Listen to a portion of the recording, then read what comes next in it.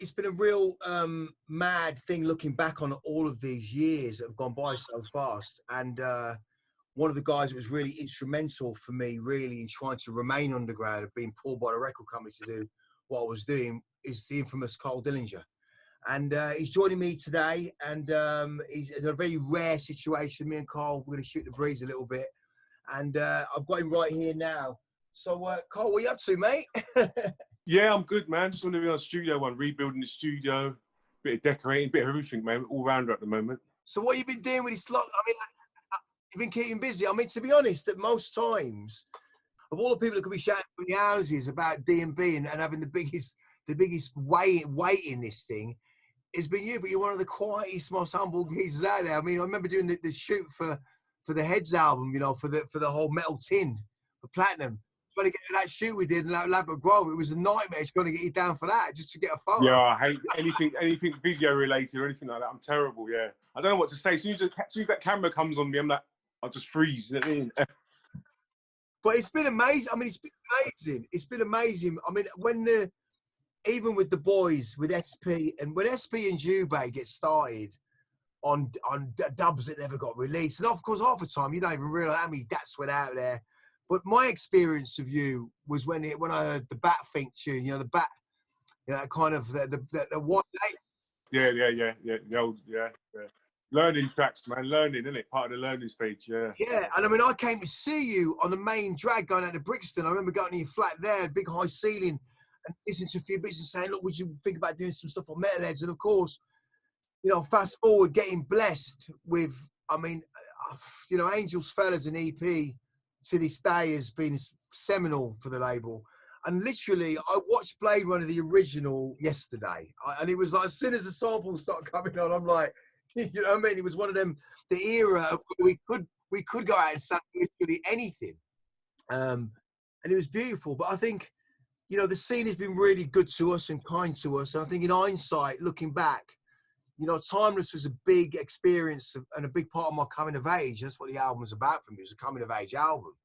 Whereas Sam's Return was about my addiction and you know, the lamenting for the mother, which no one was going to get. I was always going to get crucified for that album, always. But I stand by my work as a true artist in that respect. But Timeless.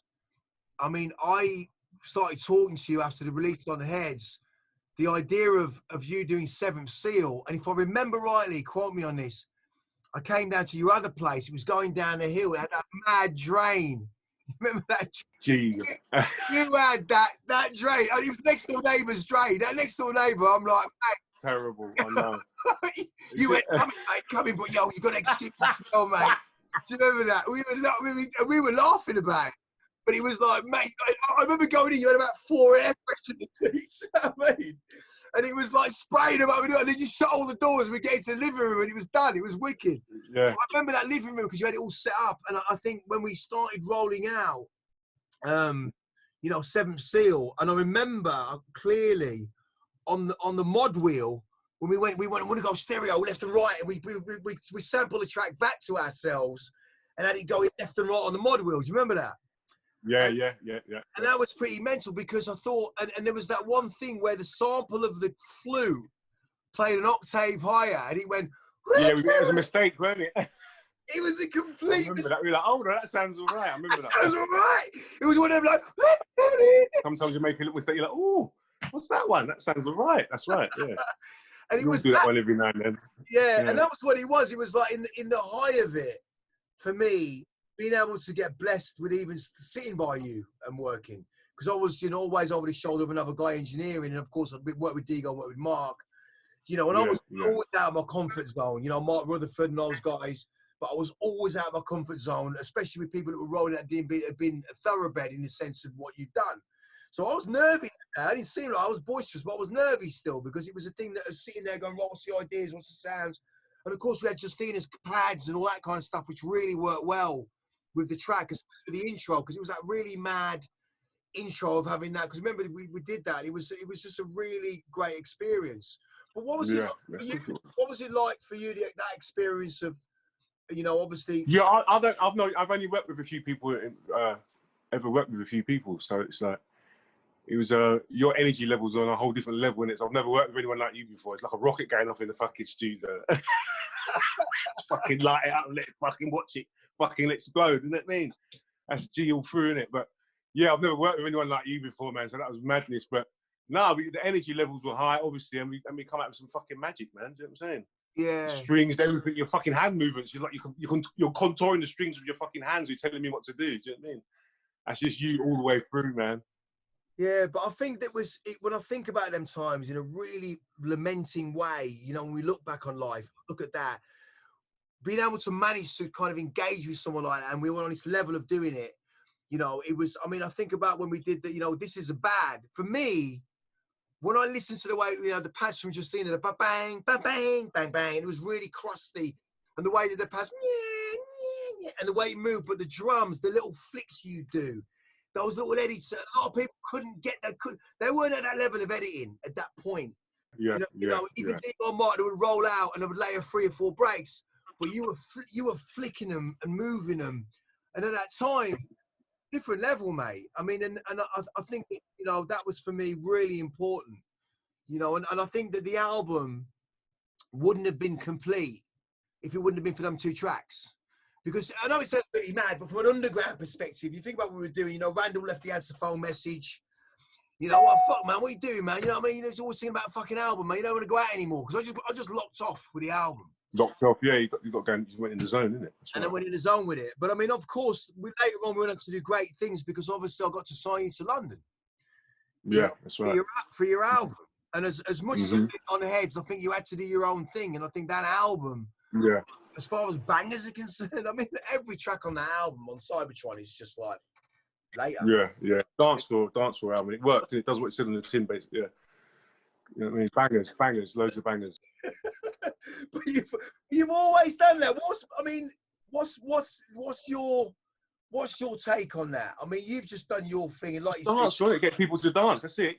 Bang it. Get the drop right. Smash it through, and just get people to move, innit? Basically. Yeah, that album. I mean, that for me was what did that. I mean, Timeless was as a concept album. Of course, you're a completely different artist, obviously, to me. You know what I mean? You're more you're all round everything. You're touching, you're emotional. You know what I mean? You're taking people on through different texture of strings and everything, and different emotions. You're going to different levels of depths. You know what I'm saying? So with my things, always been more just like dance or bang. Do you know what I mean? Mm-hmm. What was for me? I think the idea of when we did those tracks, that what is like you said, the balance of that album had everything. And I mean, the one thing I remember, you know, even Rob was technically gifted in a sense. He had a lot of the software that was, you know, right up front. You know, we're dealing with Mesa files when no one had Mesa files, how you could move and chop through and gate stuff. You know, we were still chopping up in a really mad way and putting it through the keys, you know, and doing stuff. But you could do stuff with Mesa files that were different.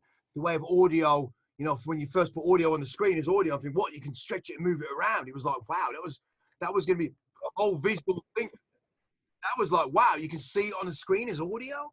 So I think what we achieved is the whole scene as a general. I always say that Timeless belongs to us. It belongs to the people. It belongs to the, you know, it was part of that whole thing, from Rider's Ghost to all those things that influenced the album. And you think about Saint Angel was made way before the album came out. It was, you know, it was the idea of working with Reinforce and Digo and getting their flavors on the album too, with Mark and Digo, with, you know, with the idea of, you know, of those tracks that we did with Angel and You and Me, was getting that other flavour on and a little bit raw.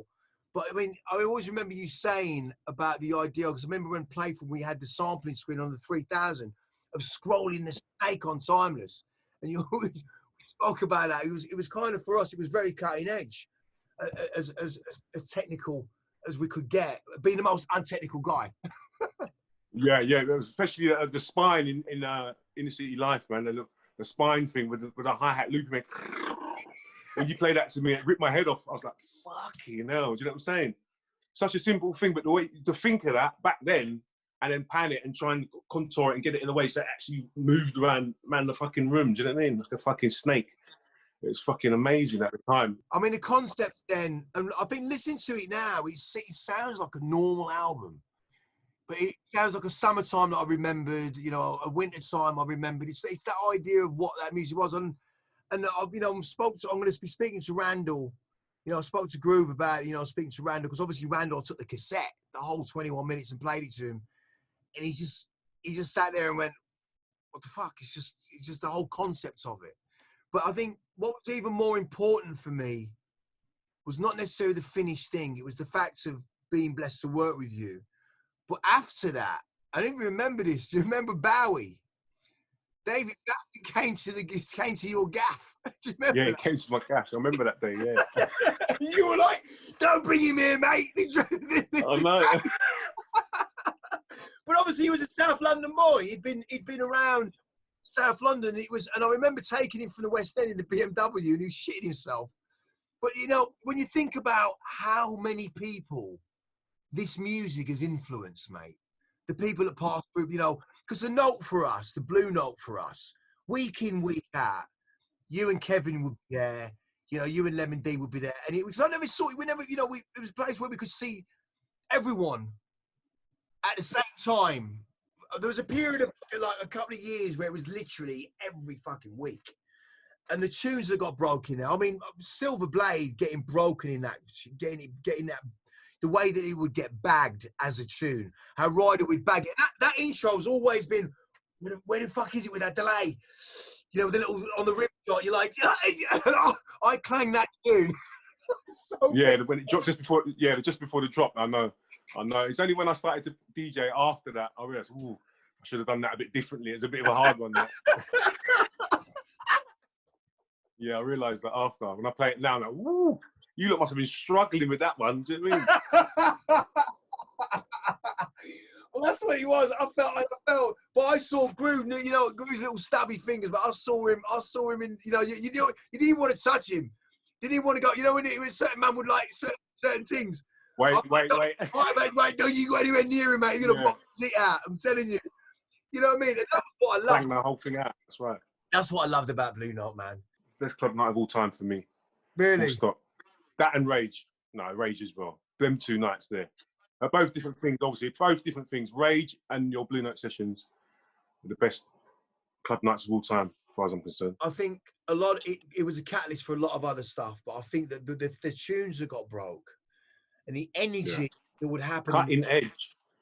That's what I'm talking about. Both of those clubs were platforms for cutting edge music. Do you know what I mean? So, you know, we've grown up listening to everything, man. So it's a whole. I don't think it'll ever happen again in history for me. I don't think it will. It's never going to happen again because of what we've grown up listening to, the eclectic palette that we've grown up on. Do you know what I mean?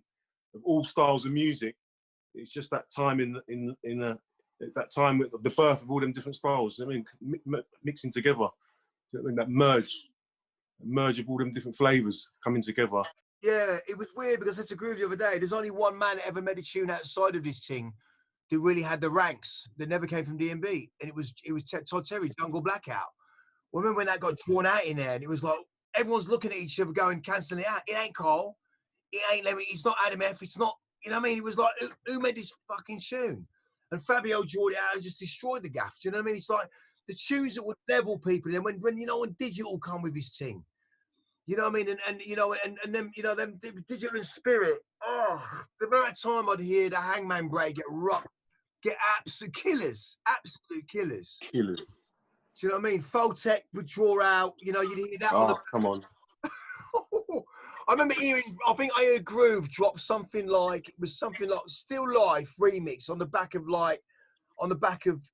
Boomerang, Graham, or Convoy, Matrix, when it first came out. Convoy, killer. Convoy. What's one of the most horrible tunes for me of all time, in terms of the genre.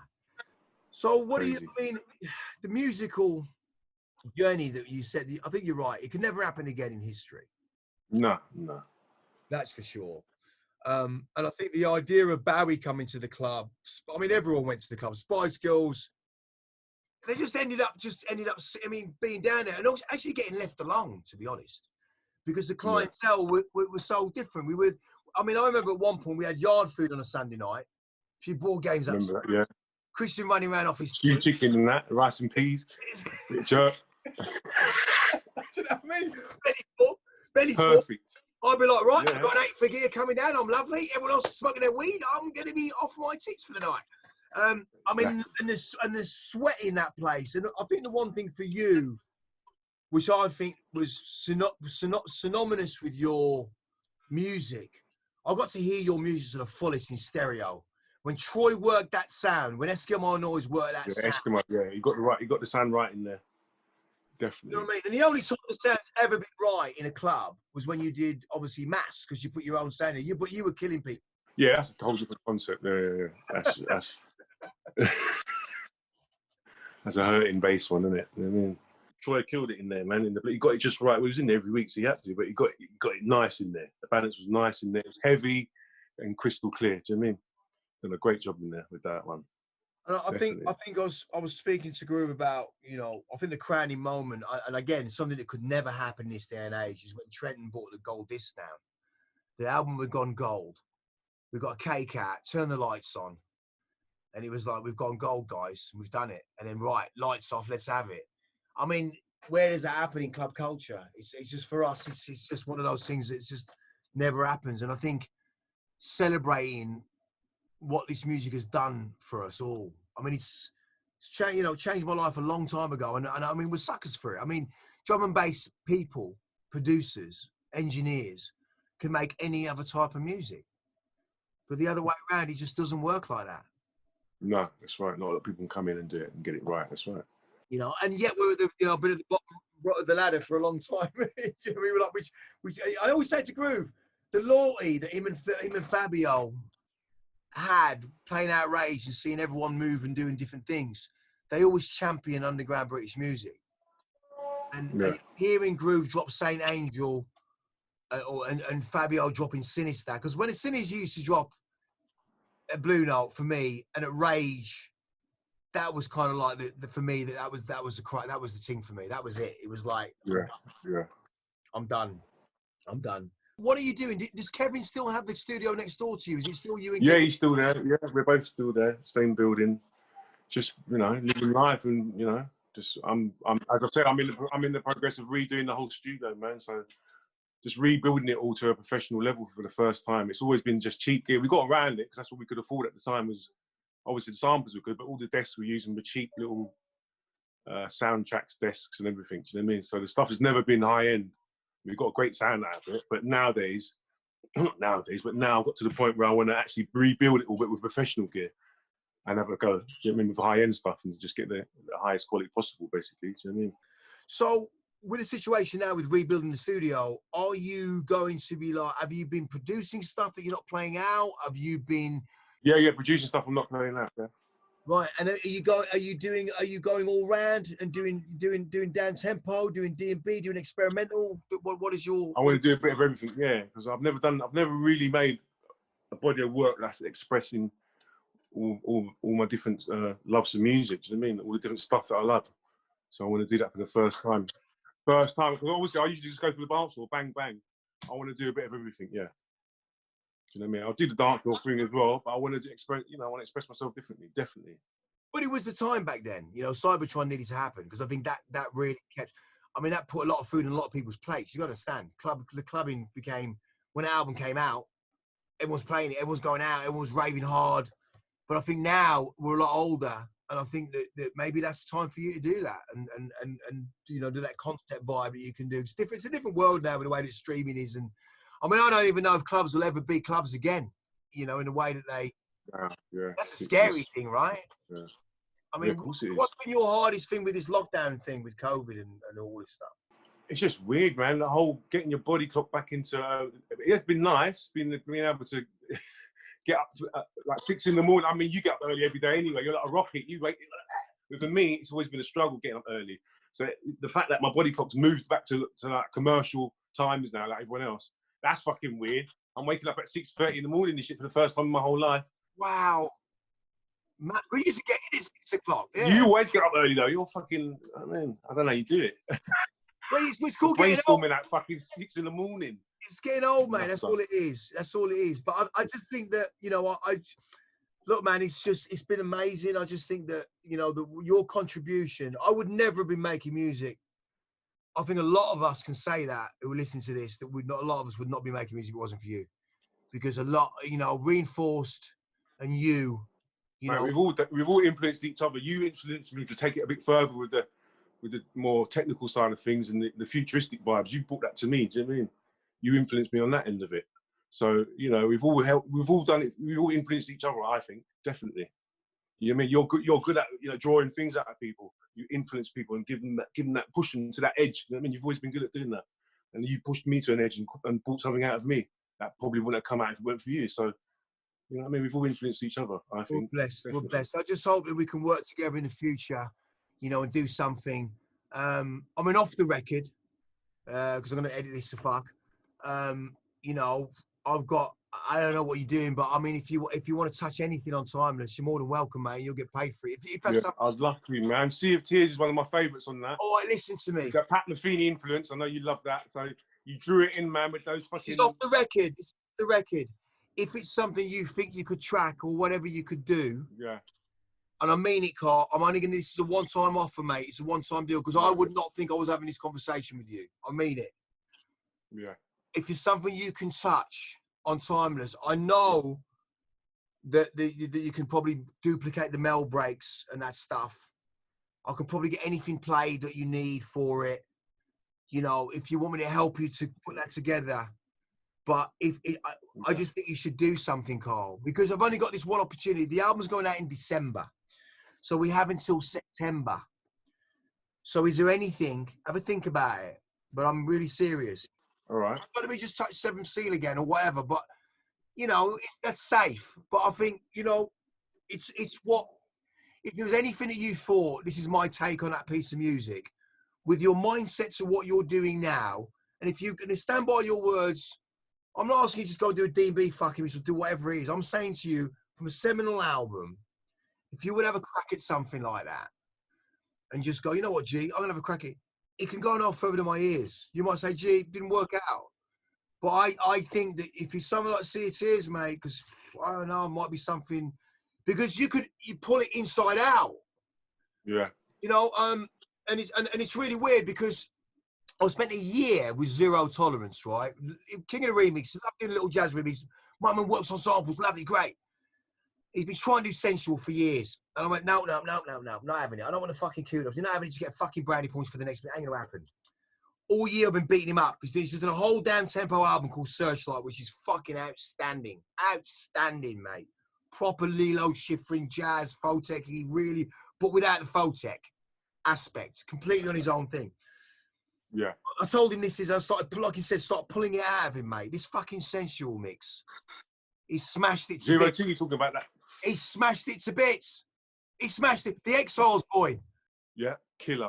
He just came out with his EP. Him and Dom came. I've not heard anything like on that level for a long time. Killed it. Rotten. Music has not been on that level for a long time. Talking about Zero T and Exiles. He took it right to the edge on that. So he went into. Hurt me up with that one. He did hurt me with that one. It did. I'm not gonna lie. It did. Personal favourite flavour that is. He got it to the T as well. Killed it. And the thing about that is it led to all this other stuff. And now he's just bagged sensual. I said, look, turn it inside out. Think of it inside out as a glove. Pull the glove off, invert it. You're trying to do a dance floor tune when it ain't a dance floor tune.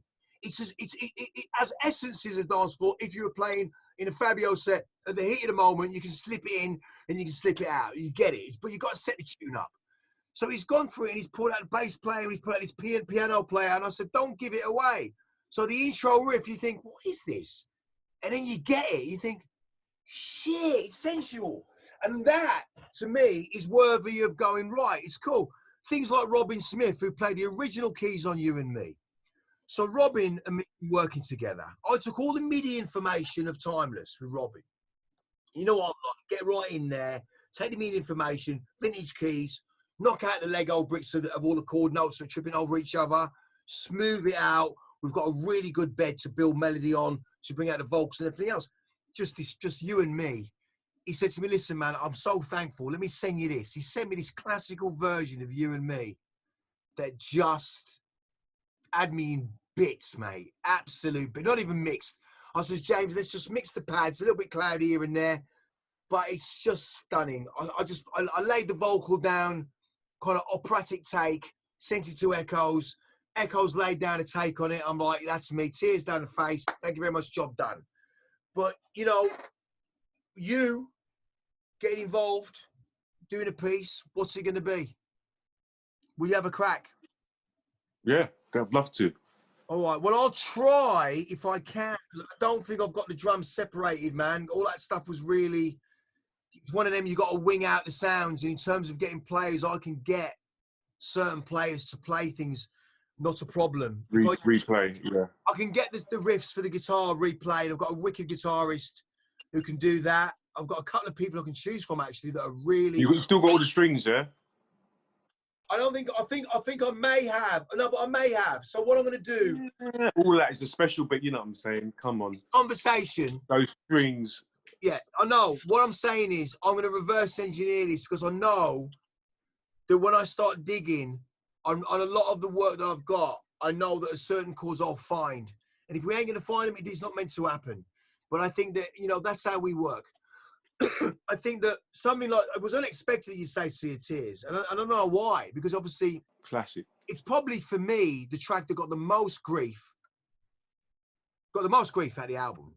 It got the most... But what, man, it's like, you know what I mean? Like, it's not... The drums ain't not smashing. Yeah, but you know, not everyone's growing up listening to... You know, to me, that reminds me of Song of Siren or something. I don't know, it's got energies from Marshall Jefferson and Song of Siren and Fallout and things. I don't know, things that were getting played and raised to me, old house tunes, and you know what I mean. It's just the way you drew out the strings and that, and the whole vibe from it. I understood it straight away, instantly. I loved it straight away. Wow. Well, I think the thing about it as well, it's Mel Gaynor on drums. Mel Gaynor's Simple Minds. I mean, that's a lot of people don't even know that. You know, and Mel Gaynor, we obviously got the studio from him for Rob, so that was a real touch. And of course, he actually did the drums for Hand of the Dead Body, the Ice Cube mix. Right. Same flavour. If you listen to the drums, they're both the same flavours. So I'll go back in there, and I guess what's even more seminal about that piece of music to me, which made this album seminal, is that it's Jamie's voice when he was 9 years old in the middle of that piece. And now he's doing double life on Homicide. I won't see him till I'm 65. Do you know what I mean? And it's like, you know, it's weird when you're looking back on this kid, you know, what are you doing here washing away the tears? He's got a double jeopardy for me, a double tragedy in the song itself. The fact of having to come back from Miami, you know what I mean, to bury the stepdad, the naughty one that was. I did not want to come back from Miami, and that's what Miami was. It was Sea of Tears. Yeah, yeah. So yeah, let's see what we can do, eh? Let's see if we can work. Yeah, definitely. Yeah. That would be good. But listen, I love you, man, to the bone, Carl. Goes without saying, it's been amazing. And I've seen you for ages, man. It's been a long time, man. It's been a long, long time. And I don't know when I'm going to see it. So I feel like we're all in a space capsule floating out. It's over. it's over. You know what I mean? I do miss James being here in the studio because obviously he went back on the last flight and we've been really busy with Subjective, and that's going really, really well. And we did speak about something which is off piste. And any help you need moving forward, we're all good, mate. But it's been a pleasure, mate. It's been an absolute pleasure. You too, man, as always.